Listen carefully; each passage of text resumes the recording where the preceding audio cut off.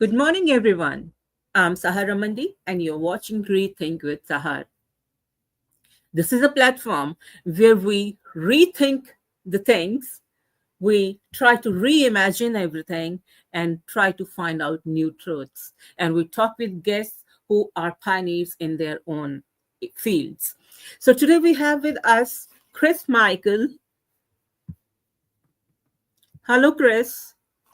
Hey, Sahar. Hi, everybody who's listening. Good to be here on the Rethink podcast. It's very exciting. Very exciting, and Yeah. thank you for coming. And Chris Michael, if he doesn't need any introduction, he's a celebrity entertainer who bends the minds of those who transform the world. So he is very much at the top. And from there, he has worked with three different royal families, including the British royal family, and with FBI, with ABC News, and a lot of other uh, a lot of other uh, celebrities and big media. So you're welcome, Chris. And how are you doing today? I'm doing good. I woke up, I got myself like ready, kind of like meditated on what we're talking about a little bit, and then I just spilled some juice on my computer I was telling you, so I'm like it that's one of those things that just is going to always happen on the day that you're filming. Never nothing's ever perfect, and that's a life lesson in Oh and of yes. itself. But yeah, for the most part, today's good. We're getting an early start to this, and I know that you're doing this live, so it's nice to do a podcast episode that's not in the middle of the day. And you're getting all my thoughts and creativity before I've put them into anything else today. So Very good. whatever you send my way will be fresh, which is cool. Oh, that's really good. That's really good. And Chris, you have worked like you're a magician. And how did you come to this field? How did you decide to like entertain people and at the same time change their perception? How did it? Yeah, I mean, I've talked a lot about my story in Coming of Magic, and I've shared that on a lot of platforms, just how I got into it. But the thing that Mhm. I don't really ever talk about too much is why I pursued it as a career. And a big part of it was, I was having to pay for college and I was paying for it all on my own. I didn't have any help. And when I had some issues with my financial aid coming through, I didn't really know what to do. And one of my friends just suggested that I go and try to make some money doing magic, which is at the time just a hobby for me, because he saw a couple of people in Richmond, which is where I live, Richmond, Virginia, at the time when I was going to school, that would do magic on the streets, and they would end up getting these buckets of cash. He said, if you did that for a few days, you might be able to pay off, a good chunk of the semester. So That's I thought about it and I gave that a shot. And it wasn't just the fact that people were willing to pay for the talent that I had, because I didn't know that people were willing to do that. I just enjoyed performing, but seeing that my passion for it and my ability to be good at something just because I was able to hyper focus on it allowed Mhm. people to see it as valuable. I was like, okay, I can do this and I can make some money while in college. And it wasn't until around the time that I graduated where I'm like, I have a degree in psychology, but I'm already making far more from doing this than I would with anything I'd be doing with my psychology degree. And I'm sure that I love this far more. So I'm just going to keep pursuing that. Um, Uh, yeah, I think if you love something, the money will come. exactly. You have to love it first. Chris, it's like most of us are stuck in our lives doing something that we do not love, right? Yeah. And we it's said that if you love what you do, you don't work for even a single day. So how's that feeling of not working and still working and getting so much out of it, that all that you have wanted ever? Yeah, I think that you never work a day in your life to a point. I think like when you really love what you do and you're passionate about it and you're focused on it, there'll be several years. Like for the first 8 years of my life, it really didn't feel like I was ever working. It was my passion, my hobby, my love. I put it before almost everything. I put it before even myself because I was so fixated on it.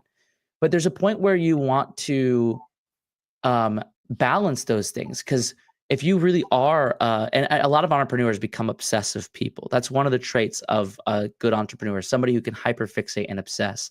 That's not going to Mhm. necessarily be the most beneficial trait to have in other areas of your life, like relationships or families or friendships.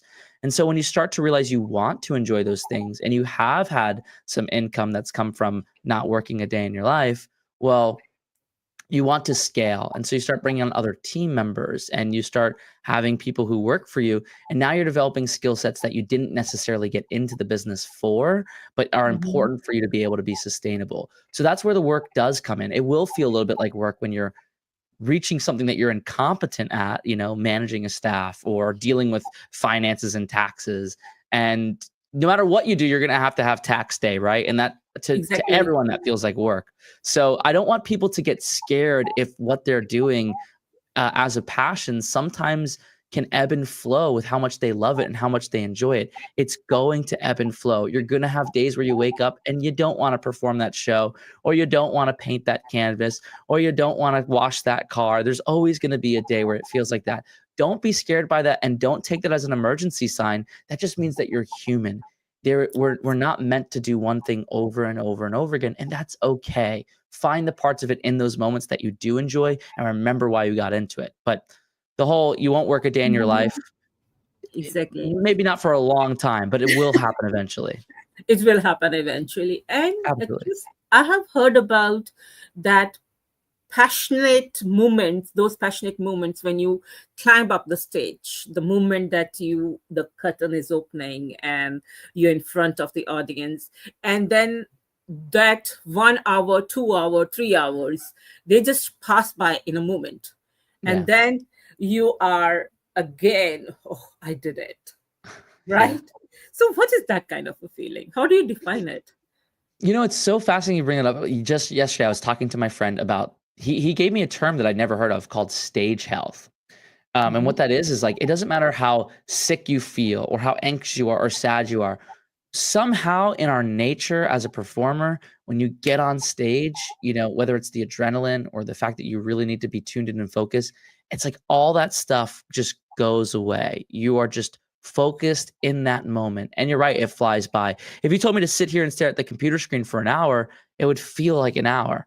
But on stage, that time, it just flies by because It's you are like, calculating so many things. You are so in control of the experience and you have so much you want to share that often in hours, just not even enough time to do it. So, yeah, it feels like two things. One, it feels like the whole world disappears and the only thing that matters are the people in that room, that audience, and what you're doing for them. But the other thing that happens is that the time really can fly by. And that's really beautiful for people who need to experience that. I always think about that. Like, I don't know what my audience is going through. Sometimes I'm going through stuff when I get on stage and they'll never know. There, there's hundreds of people in the audience, sometimes thousands, and I don't know what every single person's going through. So to give them an hour that flies by where they don't think about anything that's going on at home, I think is a really, really valuable thing for some people. that's right. Yeah. Uh, Chris, you have worked with royal families. How Yeah. was that experience? Uh, was it the fairy tale kind of a thing that we generally see in the on the TV, or was it more formal? How was it? A little mix of both. It's interesting. I've worked for three different royal families: the Kingdom of Bahrain, the British royal family, and why is the third one escaping me? Oh, and some like Saudi royalty as well. Okay. And it's a mix of both. It will never live up to the expectation that you have, and at the same time, there's a level of opulence and elegance, and also just the people who are taking care of you. Like you usually will have a liaison or a runner that's there to just make sure the performer has what they need. They'll check in with you. They'll take care of your rider and your green room and all that stuff. I will say the people who pay attention to detail at those events at the level of royalty is Mhm. phenomenal. You get to really see why they get so much done and how they are um, at the top of their game just because the staff that they keep, even like I would never say low level staff, but even just assistants that they have, secretaries that they have are so on the point with everything. It feels important because of that. But at the end of the day, you're still giving a service. So you're still kind of sitting there, eating this incredible food in these beautiful rooms, but you still have to deliver something. And That's so it's hard to really take in the beauty of that moment. And just like you said, it flies by in an instant. So, you may have 15 minutes with Princess Beatrice to show her something, but you get in, you're worried about doing a good job, you crush it, it goes well, and then you guys part ways, and you have to go, oh my gosh, I just performed for royalty. But it feels the same. It feels the same as anything else. It's like when you're a kid, you're so excited to have a beard, you can't wait to have a beard, and then you have one, and it's with you every day. You're like, oh, Yeah, I and guess I then have a you're beard used to now. it. Yeah. Yeah, so it's important to be grateful in those moments and really Yes. like allow that to provide value for yourself and feel proud, but also not rest on your laurels. And while yes, that can be something that provides validity for what you do, Hmm. you can't let it complete you. You can't let it be the thing that defines you, because that feeling is always fleeting. You're always going to be searching for the next thing. It's like becoming a celebrity. Like everyone thinks it's going to be like their dream. And then you get there and it becomes normal and you're like, oh, it's just Yeah, another day. So that's same type right. of feeling, but being able to see the staff working at such a high level, that to me is what stands out. It's Wow. really cool, and they do take good care of you. Mm. And Chris, you're talking about like you have to be yourself. You don't have to be like you don't have to lose yourself, right? So what is it that defines you? You said that these when you get into these experiences, they should not define you, Yeah. right? They are part of you, but they are not you. What is it that is you? That is Chris.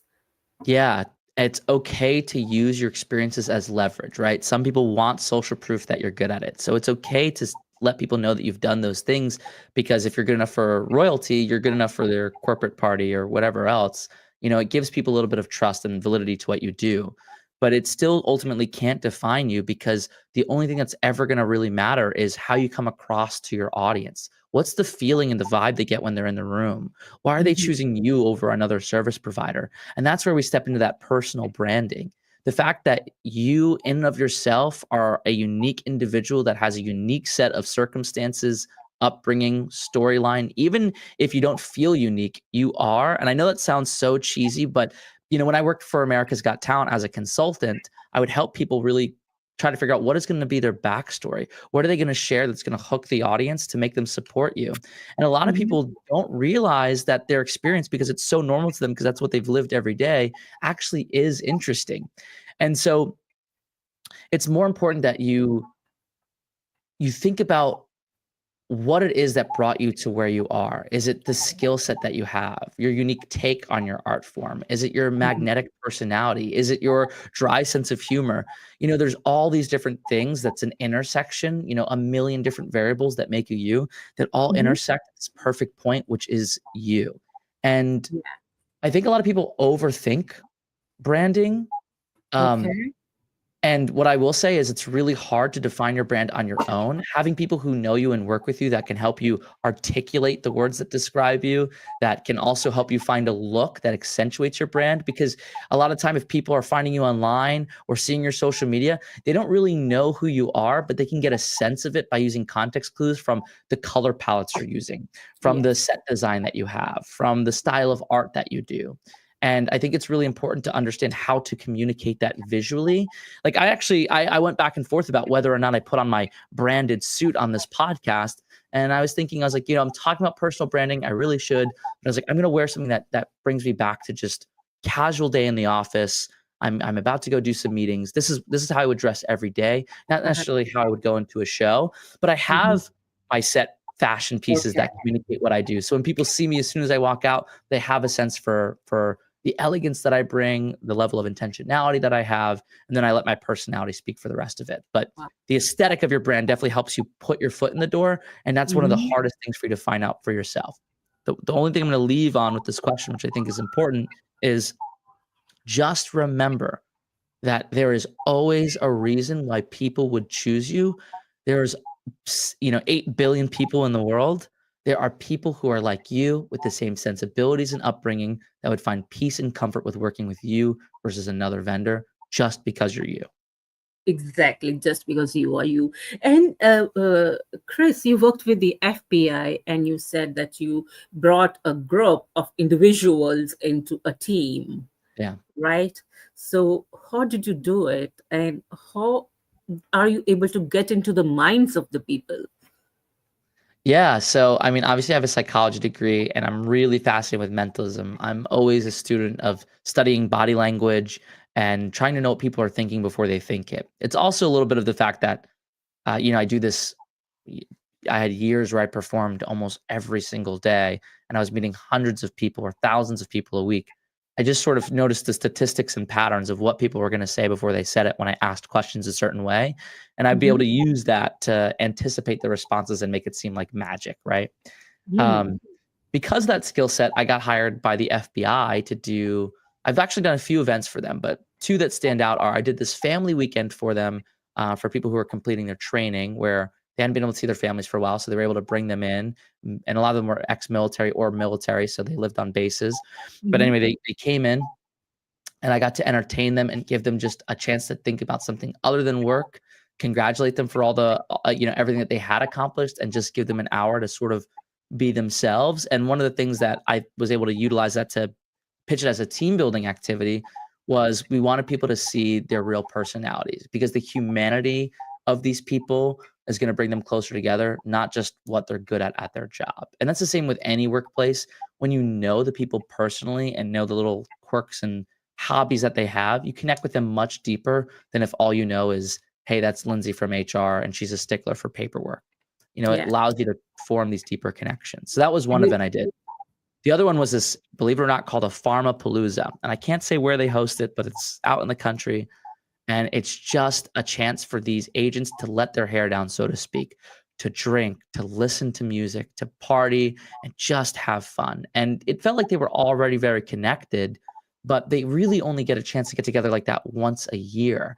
And so if it's up to their own devices, they'll go to the person that they talk to, that they feel comfortable with and make small talk and have a drink. And they don't really branch out. But by seeing entertainment and asking different people to interact, putting them in different groups to participate in activity, those conversations flow a little bit better. And then, I'm encouraging that conversation as a performer. So Mhm. people are able to make connections with people they wouldn't normally talk to. And that's going to help that team work more cohesively as well. So a bit surface level, it goes deeper than that, but that's the main thing that I was able to do to help support them. And by the way, it worked because they had me come back and there's friendships that started because of my show that have lasted, 5 years now. That's wonderful. Yeah. Really proud of that. I think it's super cool. Yeah. And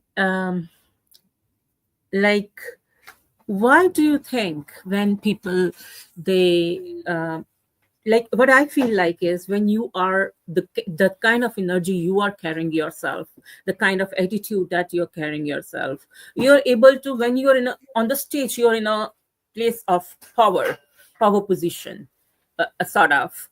And when you are there with that attitude, you're able to transfer that attitude to the people.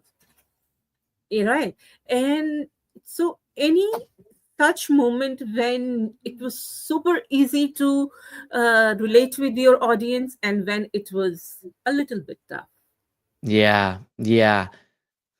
It's interesting. I always feel that when I'm able to get to know the crowd, have dinner with them or mingle with them during a cocktail hour, or even sometimes they'll fly me out, a couple days before at a conference and I get to like sit in on some of the sessions.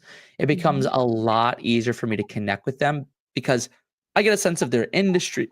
Excuse me. Sorry. I get a sense of their industry.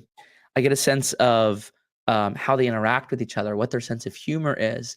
And there are groups that I did not expect to connect with that just by observing them for a day, I felt so much like these were my people. One such group was Society of Government Urologists. That is a real group that I've performed for. It Mhm. does not sound fun at all. It doesn't sound like they would be like the type of people that I would be able to like get out of their shells. But my goodness, they had the best sense of humor. They were a little rough around the edges. They deal with urinary tract things and, sexual organs and bodily fluids. And so, like, in my head, I'm like, oh, they're going to be so serious. But because they know the nature of their work poses a lot of questions and for a lot of people is very unserious, they were so Mhm. to that and they loved not taking themselves seriously. And I was like, yes. So that was really fun. The times that I struggle to connect with them are, I mean, I had one recently, like if I am going through something that's hard for me to push through and pull together, Mm-hmm. which doesn't happen often, but I do experience that. If I'm in my own head about something, it becomes a little hard for me to be so present with the audience. I just kind of feel that need to, like, get through it. It's very rare, but it does happen. Um, and, in those moments, I'll really remind myself to take a moment to connect. I'll walk around the tables during dinner and say hello, or just ask people, "Hey, what's something I need to know about the group? What's a fun fact about the people in here? What's a funny story around the office?" I also, in order to mitigate that, get a customization form from every client about, what are some common challenges everybody faces? What are some things that Mm-hmm. if you say these words in the company, everyone will groan? What are some things that if you say these things at the company, everyone will celebrate? And so I get a ton of questions like that asked so that even if I'm feeling like I'm struggling to connect, I can be backstage reading through that script and planning some places to insert jokes that will pull them together, say some things that Mm-hmm. make them feel like I understand them. And then when they feel like I'm a part of the group and understand their life and what they're going through and what they do at work, it's a lot easier for them to connect with That's me, great. and I don't necessarily need to do as much hard work to connect with them. That's good. That's Yeah, that's really true. When you're at the same level, when you're able to peep into others' minds, they know you, you know them. It becomes easier. Yeah, and absolutely.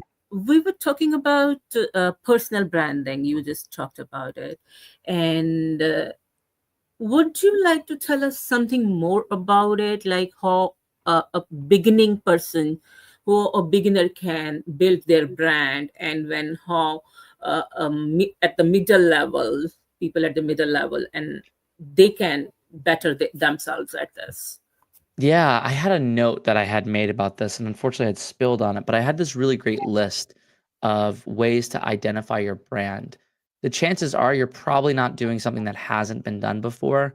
The world's been around for millions of years, and there's been billions and billions of people who have lived. And, it's not that everything's been done, but you're probably doing it in a unique way. Maybe you're doing it more affordably. Maybe you're Mm-hmm. doing it with luxury. Maybe it's more white glove and formal. Maybe you do it quicker. Maybe you do it, um, with levity. Maybe you do it there's another example, but there's all these different ways that you can do things differently than someone's done them before, and that's a Mm-hmm. big sense of what your brand is. Like, for me, my brand has always been, I'm gonna do magic shows, but I'm gonna be personable. I'm gonna really connect, and I'm gonna feel like friends with the people that I work with. When I have clients, those good clients feel indistinguishable from friends. That's a part of my brand. I don't Wow. necessarily need that for my furniture company. My furniture company can be, I can focus on things that have provenance and quality, right? That they're Yes. standing and long lasting. That can be their brand. For me, it's hard for me to relate to that because my whole business is me. I have, 8 staff members that work around the clock for me, but they're all working to push and promote my brand, to sell me and what I do, and let people know that I'm a valuable asset at a conference or company party. And I've had to really try to figure out what my brand is, and it's okay if it changes because your sensibilities as a person will change in 7 years from where they are now. It's okay to move that, and it's okay for your clients to come with you because at your core, you're always gonna be the same person. Um, so like I said, ask around to people who are close with you the words that describe your brand, what it is that you do. What are things that you feel when working with me? If you collect a lot of reviews, read those reviews. What is the common compliment that you get? That's something you can really lean into. That could be something that you put at the top of your website above the fold as your main copy. Mm-hmm. Who do you work for? Also, that's the other thing is your target market really defines your brand. If you're working for adults, and you're a performer, you're probably not going to wear a clown outfit and a big red nose and glasses. If you're working That's for kids that are, in preschool age, that might be exactly what you want to do to be appealing to them, to speak to that. So also consider your market, but never, ever, ever betray who you are or what you want to do for the people that you want to work for. Find where those things cross over. For me, I found that young professionals looking to change up a typical meeting where they've done it the same way for 20 years and they want something new and fresh and exciting. Usually people who are a little bit more of party people who are a little bit more social and outgoing. Um, that that's who I target to. And yes, I do high end, expensive events, you don't always think of like the young party professional as the people who run those companies. But I found the companies that are run by those people and work for them. Mhm. One Wow. more hot tip I'm going to give you. Uh-huh. One more hot tip. I often find that people will misinterpret their communication style with their brand. You know, if they have a specific way of moving people through the funnel, they think of that as branding. It's not. Your sales process is separate from your brand. Yes, your brand should come through in that, you know, the fonts that you use, the way you communicate with them, but your Mhm. process, what you need to know and what you need to gather from a client doesn't necessarily have to be a part of your branding. And here's something to consider. This is my hot tip. Everyone should read the DISC profile. Read about it online, do a Google search, figure it out. DISC, DISC. Um, this is a way that it's a set personality type that everybody has that tells you how people like to do business. So Mhm. my brand is very sociable, right? Um, it's very personable. But Yeah. someone on the DISC profile, D being dominance, I being influence, S being structured, and C being conscientious. If I'm dealing with a client that is on one of those letters, I know that they're going to want to interact in a different way. D is dominant. So that means that this is somebody who wants answers quick. They don't want to waste a lot of their time. They want to book it. Usually they're willing to spend whatever money it takes. They just want it off their plate and done. Yes, I want to build relationships with people and be chatty and communicate with them in a way that makes us feel like friends. But if that person just wants a solution quickly, you know what? Great. I can sacrifice that in a way that, hey, tell me what you need to know. What can I answer for you? Awesome. We'll just send that to you on a sheet. We'll send you an invoice. We're good to go. An influence, is somebody who really wants to have emotion in the sale. They really want to feel assured in their decision. They want to know, yeah, if you do this, people are going to be singing your praises. They're going to be so proud of what you've accomplished and pulled off, and you're going to look like a superstar. Those are the people who want to drive fast and feel the wind in their hair, and that's the people I get along with the most because that's how I am. I make a lot of decisions based on emotionality. You have Wow. structure. These are the people who just wanna do things the way that they know how to do them, the way that it's always been done, and the way that they have confidence will work because they've seen it done before. And you have conscientious, that's the C. These are people who are very risk averse, that are afraid of making decisions and going outside of their comfort zone because they're not, wanting to have their neck on the line. They are a little bit anxious about what switching things up or doing something new can bring to the table. And so those last 2, S and C, structure and conscientious, a little bit harder to sell, but if you can learn that DISC profile, you can learn how to create an approach that works for your brand to deal with each type of client. And I think that'll also stop you from questioning your process because you may have one client that makes you rethink the entire process you've built. You Yes. don't have to. Everyone's different. And so if you can have a process unique for each of those 4 and just identify who that client is, train your sales staff to identify that and deal with them in that way, that'll really help you stay true to your brand and not second guess your processes that may make you shift and change, every other week. Does that make sense? Oh yes, Okay. definitely. It's like you have to deal with the people the way they deal with you. Yeah. The look at them, what kind of a personality they are. You cannot always be yourself be dominating. You have to take the other person into consideration and work according to them. And Yeah. that's a really very good tip. And thank you, Chris, thank you so much for being here. And I really enjoyed talking with you, and hopefully we see you again. And thank you so much. Thank you, everybody. Wish me luck cleaning up this juice Good store on luck. my computer. Fingers crossed it's going to be okay. I really appreciate it. If you guys have any questions, please reach out to me. My Instagram is Chris Mike Magic, Mike, not Mic, Chris Mike Magic. You can reach out to me there or you can email me. My website is chrismikemagic.com. Look me up. Take a look at what I do. I'm actually in the process of a rebrand. Big surprise. It's my passion. So I'm working on something new. I really hope that you guys will check it out in a few weeks and see where it's progressed. But I'm always here for questions, and I'd love to work with you. If you have a company and need some entertainment, we're here and available. It'd be a really good time. Thank you. Thank you Yeah, so much, thank you, Chris. Sahar. This was fun. Okay. So this was Mr. Chris Michael. He's a magician. He is not only a magician, but he is a brand in himself, as we just watched him, and he has done so much in his life. He has uh, developed his own thought process about building a personal brand, about being what he is, and that's really amazing to know. And next week we will see. I will see you at the same time, same day, Tuesday, 10:15 a.m. EST. And till then, thank you so much, and have a good day.